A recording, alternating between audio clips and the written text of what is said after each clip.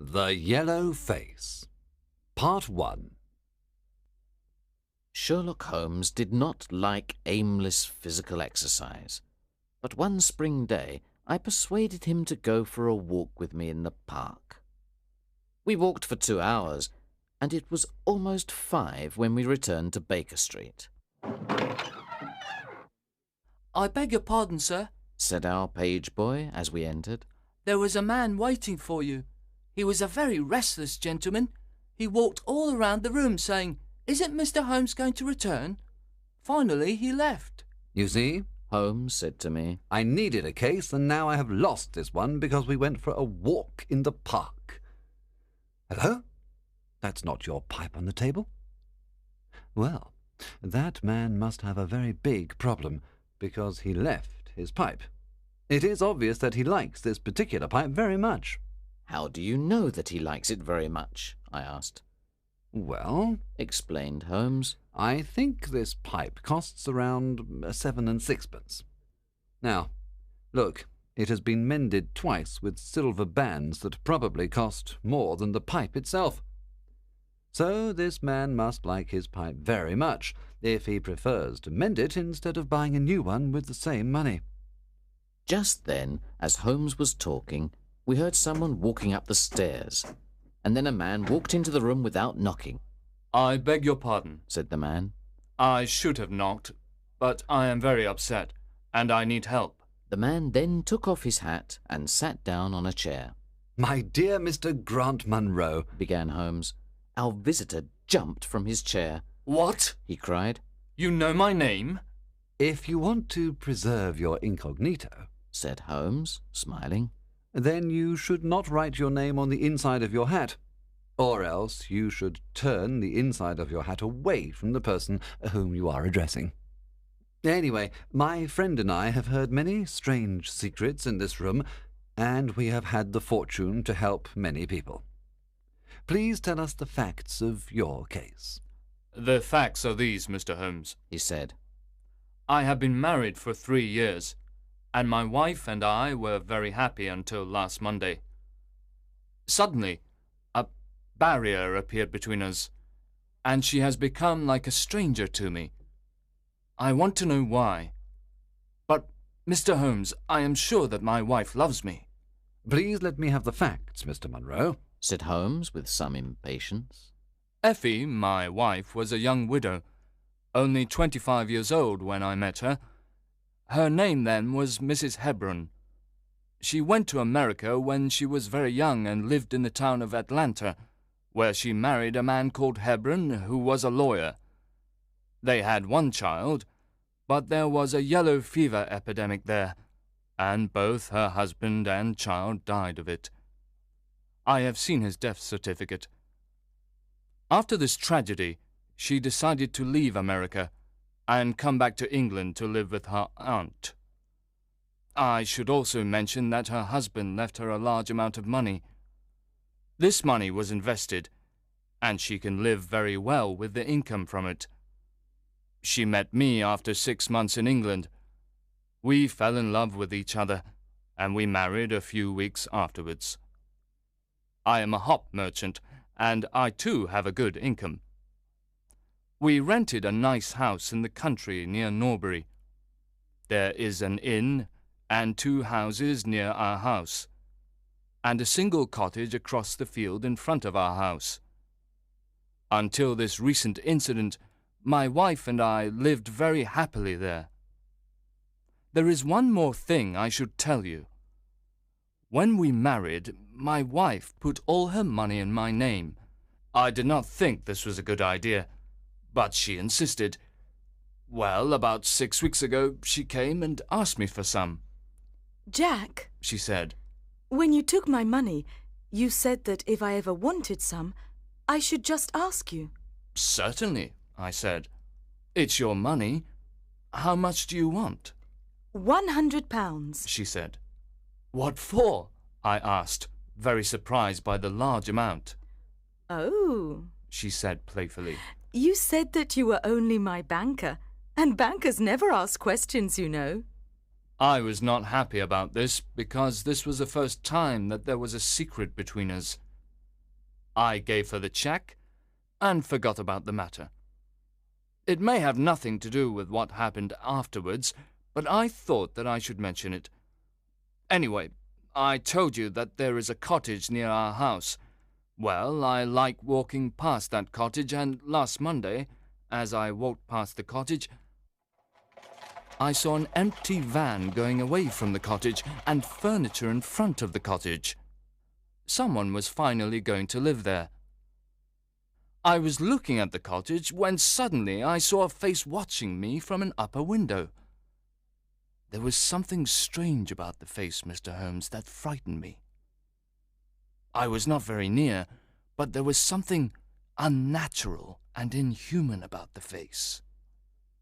It was yellow and rigid. I walked closer to the house, but the face suddenly disappeared. Then I went to the door and knocked. A tall woman answered the door. I told her that I was her neighbour and asked her if she needed any help. "If we need any help, we'll call you," she said, and shut the door in my face.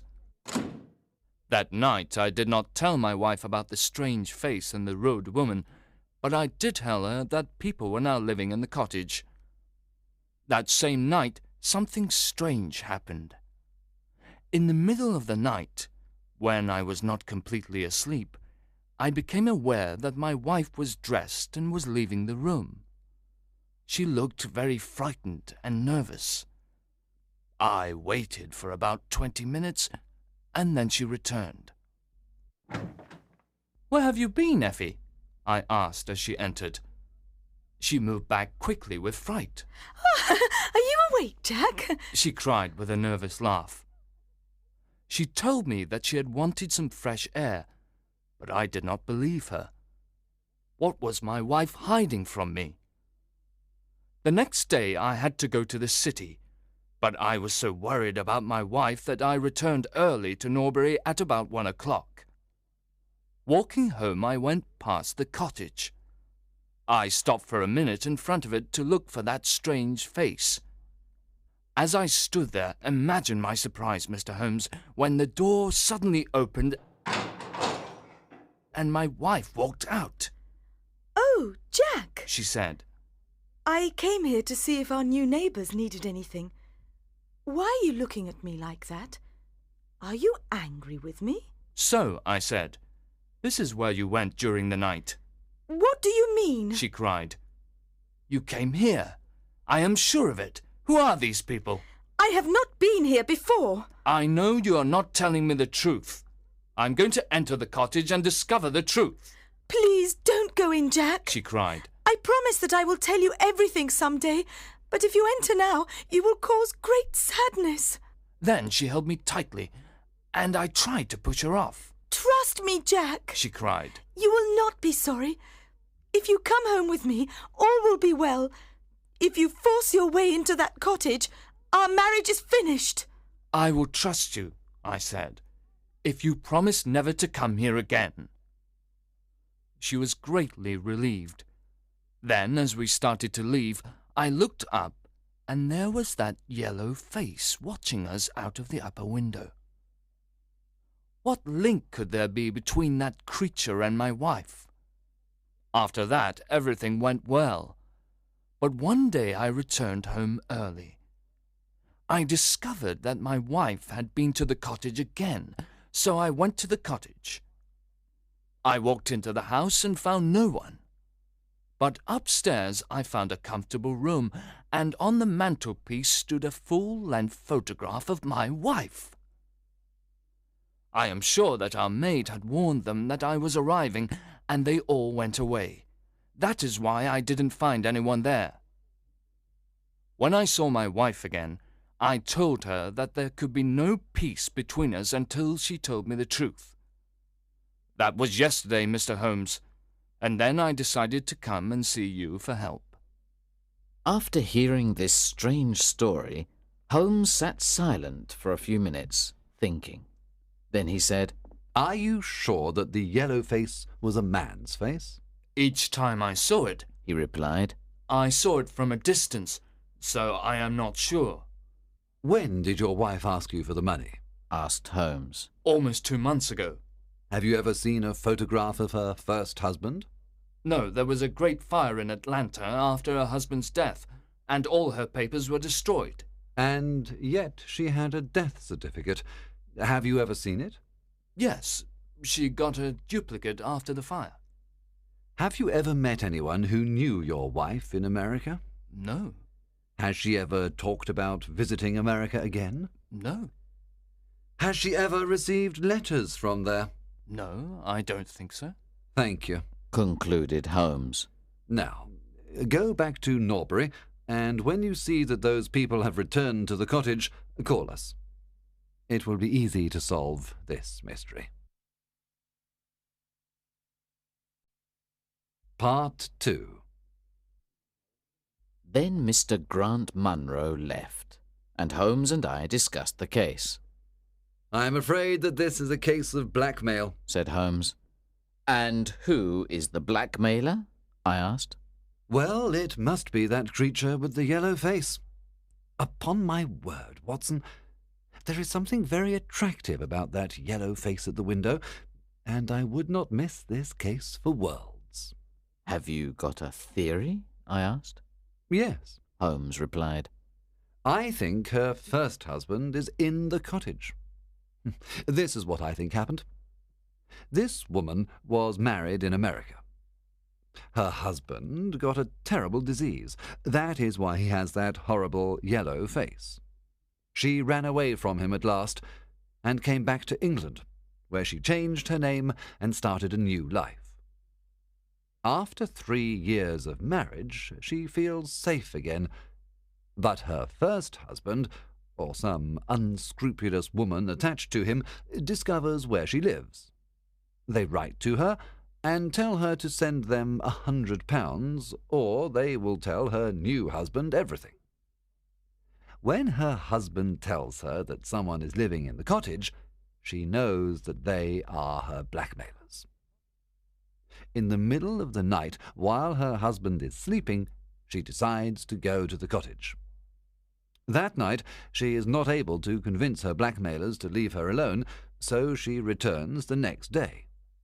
That was when her husband saw her coming out of the house.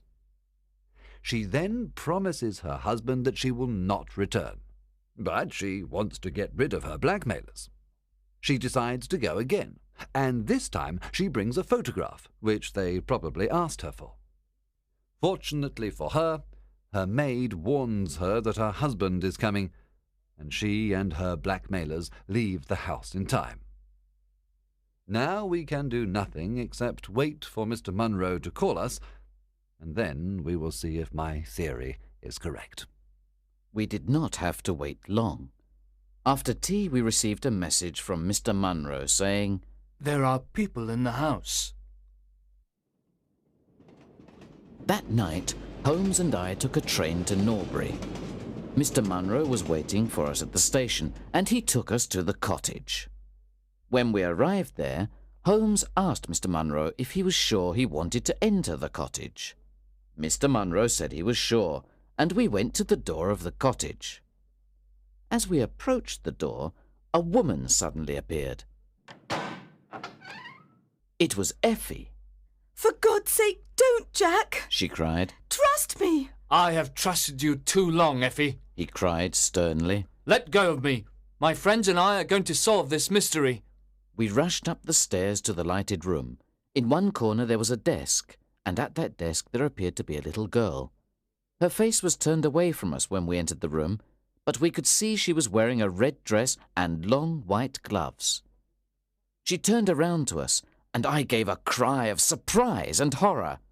Her face was the strangest yellow colour, and it had absolutely no expression.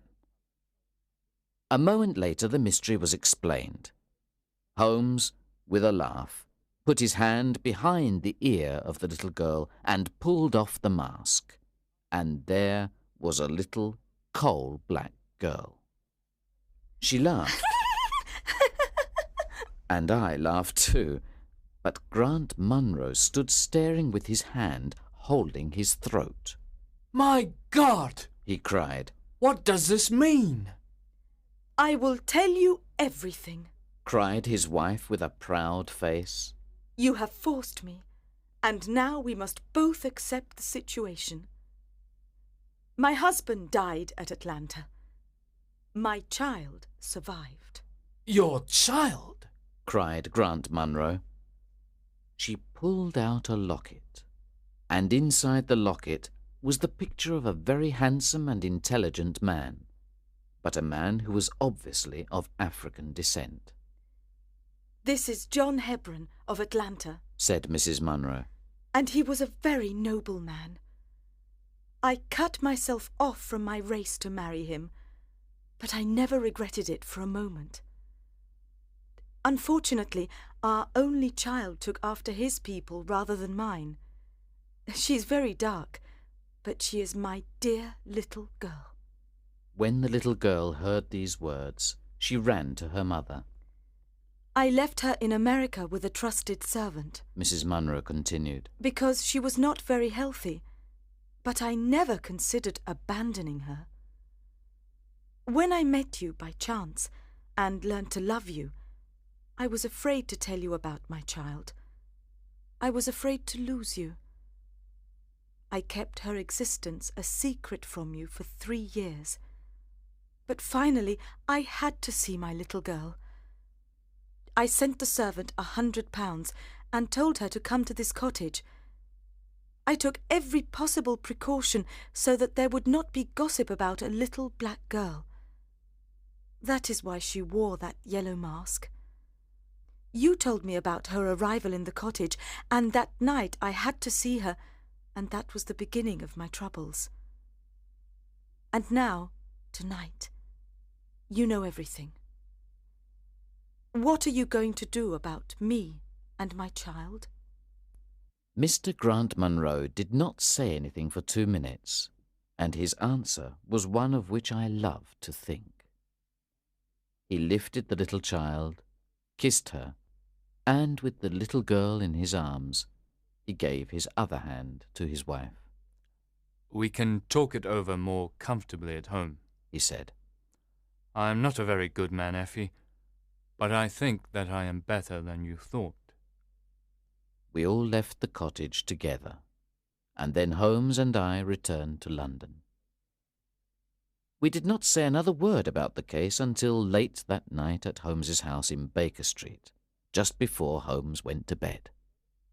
Watson, He said, if you should ever think that I am becoming too confident in my powers, or that I am not working hard enough on a particular case, please whisper Norbury in my ear, and I will be infinitely obliged to you.